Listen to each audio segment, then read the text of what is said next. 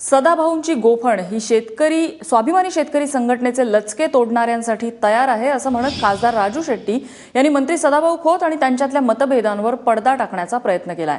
सदाभाऊ आणि आपल्यातले मतभेद लवकरच एकत्र बसून सोडवू असं राजू शेट्टी म्हणालेत। शिवाय भाजपला दुसऱ्याच्या घरातल्या वस्तू चोरण्याची सवय आहे, त्यामुळे ते इतरांच्या घरात डोकावतात असा घणाघातही राजू शेट्टींनी भाजपवर केलाय। राजू शेट्टी यांच्याशी सविस्तर बातचीत केली आहे आमचे प्रतिनिधी रणजित माजगावकर यांनी। आपण पाहूया।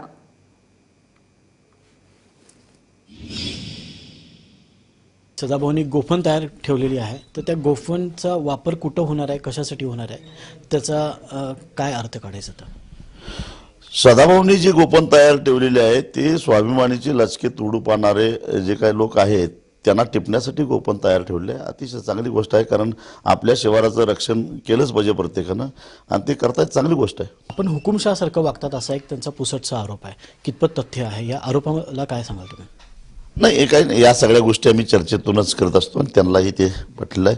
सुरुवातीच्या काळामध्ये निकाल आल्यानंतर भावनेच्या भरात ते बोलून गेले असले तरी सुद्धा नंतर त्यांनी हे स्पष्ट केलेलं आहे की आम्ही सगळे एक आहोत आणि राजू शेट्टी आणि सदाभाऊ खोत हे एकाच नाण्याच्या दोन बाजू आहेत, हे त्यांनी नंतर स्पष्ट केलेलं आहे। त्यामुळे अशा पद्धतीनं भावनेच्या भरामध्ये त्यांनी काही वक्तव्य केलं असेल ते फार गांभीर्याने घ्यायची गरज नाही। कदाचित कामाच्या ओघामध्ये किंवा कामाच्या ताणामध्ये माझ्याकडून काही कमी जास्त एखाद्या वेळेस निर्णय झालेला असण्याची शक्यता नाकारता येत नाही, पण ते बसल्यानंतर चर्चेने ते स्पष्ट होईल आणि मग माझ्याकडून काही एखाद्या वेळेस चुकीचा निर्णय झालेला असेल तर त्या संदर्भामध्ये मला एक दिलखुलासपणे कबूल करावं लागेल।